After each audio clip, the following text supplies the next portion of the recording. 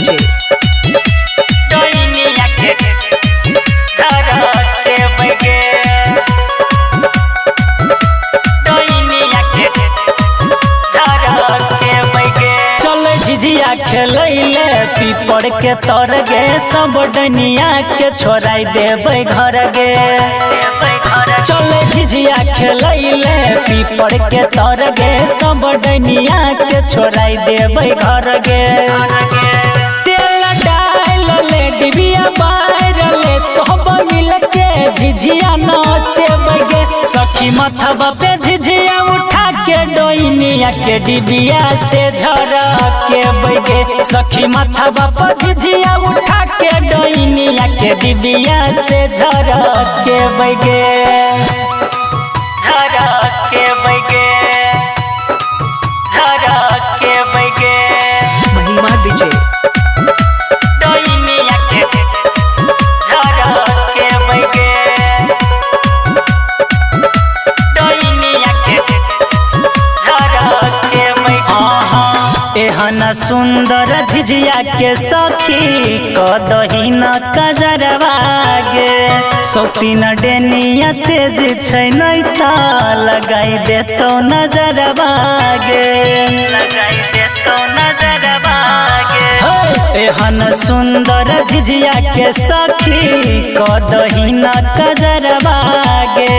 सौतीन डेनिया तेज छै नहीं त लगाई देतो नजरवा गे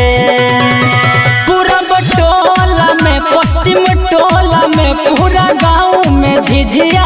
खेलबै गे सखी माथवा पर झिझिया उठा के डोइनिया के डिबिया से झरक के बैगे सखी माथवा पर झिझिया उठा के डोइनिया के डिबिया से झरक के बैगे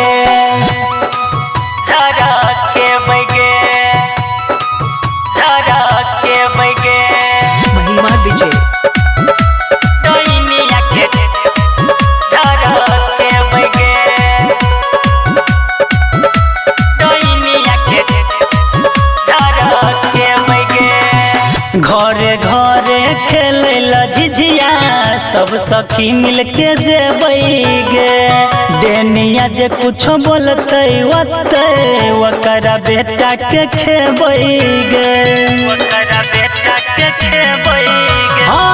घरे घरे खेलै ल झिझिया सब सखी मिल के जेबै गे डेनिया जे कुछो बोलतै ओतै ओकरा बेटा के खेबै गे